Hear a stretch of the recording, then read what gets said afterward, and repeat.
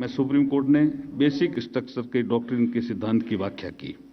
1980 के दशक में जस्टिस पी.एन. भगवती और जस्टिस वी.आर. कृष्णा अय्यर की अगुवाई में एक पोस्ट कार्ड को जनहित याचिका का रूप माना गया। एम.सी. मेहता केस के परिणाम स्वरूप पर्यावरण संरक्षण अधिनियम 1986 के निर्माण को प्रेरित किया। इंदिरा साहनी केस में ओबीसी के 27% आरक्षण को संवैधानिक ठहराया। विशाखा केस में women safety at work place को महत्वपूर्ण आधारशिला रखी गई। 9 नवंबर 2019 को अयोध्या के राम मंदिर जजमेंट को भारत की ट्रस्ट विद डिविनिटी की यात्रा में मील के पत्थर के रूप में हमेशा याद किया जाएगा।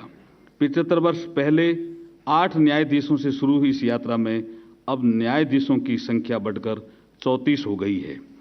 अक्टूबर 1989 में जस्टिस फातिमा बीबी ने पहली महिला जज के रूप में पदभार ग्रहण किया। आज नारी शक्ति हर क्षेत्र में अपना प्रभावशाली योगदान देकर देश का नाम रोशन कर रही है।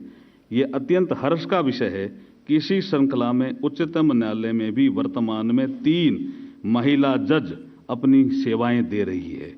आज इस देश में अमृतकाल में वर्ष 2047 तक विकसित भारत बनने का संकल्प ले चुका है। तब प्रधानमंत्री श्री नरेंद्र मोदी जी के नेतृत्व में होल ऑफ गवर्नमेंट अप्रोच से न्यायपालिका के साथ सहयोगात्मक रूप से बेहतर जस्टिस इकोसिस्टम बनाने हेतु हम प्रतिबद्ध है।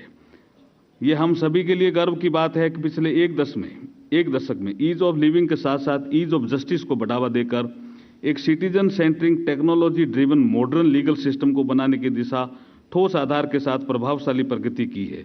जुडिशरी में डिजिटल इंफ्रास्ट्रक्चर को बढ़ाने के लिए सरकार मिशन मोड में काम कर रही है। इसी का परिणाम है कि भारत वीडियो कॉन्फ्रेंसिंग व वर्चुअल सुनवाई के माध्यम से डिजिटली जुडिशियल प्रोसीडिंग करने में ग्लोबल लीडर के रूप में उभरा है। वीडियो कॉन्फ्रेंसिंग के माध्यम से कुल 2.92 करोड़ वर्चुअल सुनवाई हुई। इनमें से 4,82,941 सुनवाई माननीय उच्चतम न्यायालय द्वारा की गई। यह एक रिकॉर्ड है। अभी हाल में स्वीकृत ई कोर्ट फेज 3 के तहत डिजिटल पेपरलेस व स्मार्ट कोर्स स्थापित करके तथा यूनिफाइड टेक्नोलॉजी प्लेटफॉर्म के माध्यम से कोर्ट लिटिगेंट्स व अन्य स्टेक होल्डर को जोड़कर नागरिकों और अदालतों को करीब लाने का सार्थक प्रयास किया गया है।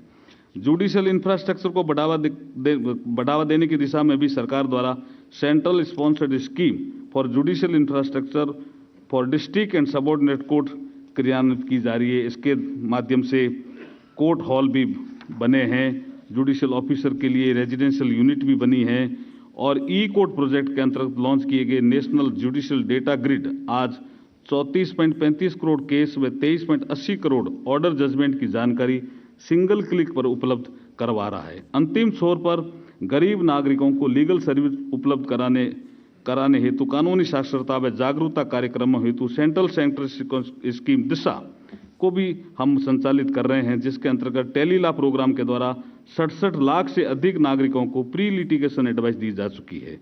इसी तरह से भारतीय गणतंत्र के 75 वर्ष पूर्व होने पर वर्ष भर चलने वाले अभियान हमारा संविधान हमारा सम्मान का शुभारंभ doctor B R. Ambedkar international centre Delhi में माननीय उपराष्ट्रपति श्री जगदीप धनखड़ जी के द्वारा न्याय सेतु लॉन्च किया गया, जो कि टेक्नोलॉजी के द्वारा समावेशी रूप में कानूनी जानकारी, कानूनी सलाह व सहायता प्रदान करने का एक प्लेटफॉर्म है। न्याय तक पहुंच सुनिश्चित करने के लिए लैंग्वेज बैरियर नहीं बने, इसके लिए artificial intelligence based Bhashini tools के साथ साझेदारी की गई है। मैं इस अवसर पर विशेष रूप से उल्लेख करना चाहूँगा कि बाबा साहब डॉक्टर बी.आर. अम्बेडकर जी की वकालत के शताब्दी वर्ष के दौरान संविधान दिवस 26 नवंबर 2023 के अवसर पर माननीय सुप्रीम कोर्ट परिसर में वकील मुद्रा में उनकी 7 फुट की प्रतिमा स्थापित करके उन्हें पूर्वज अधिवक्ता के रूप में याद किया गया। इसके लिए मैं सुप्रीम कोर्ट को बहुत बहुत बधाई और धन्यवाद देता हूं, ताकि न्याय के इस मंदिर में स्थापित वकील की वेशभूषा में बाबा साहब की ये प्रतिमा संविधान प्रदत्त मूल्यों पर चलने के लिए निरंतर प्रेरणा देने के साथ साथ जिम्मेदारी का भी एहसास करवाती रहे। आज 21वीं सदी के कालखंड में वैश्विक समस्याओं के समाधान हेतु पूरा विश्व भारत की ओर देख रहा है, भारत में अपना मित्र खोज रहा है। सुप्रीम कोर्ट के नेतृत्व में भारतीय न्यायिक प्रणाली की इस यात्रा में देश ही नहीं बल्कि अंतर्राष्ट्रीय स्तर पर प्रभावशाली मानक स्थापित कर रहा है। आज विश्व भर के 40 से अधिक देशों के उच्चतम न्यायालयों ने भारत के सुप्रीम कोर्ट के जजमेंट को रेफर करके अपने निर्णय लिए हैं। ग्लोबल साउथ के देशों में न्याय की पहुंच को बढ़ाने के लिए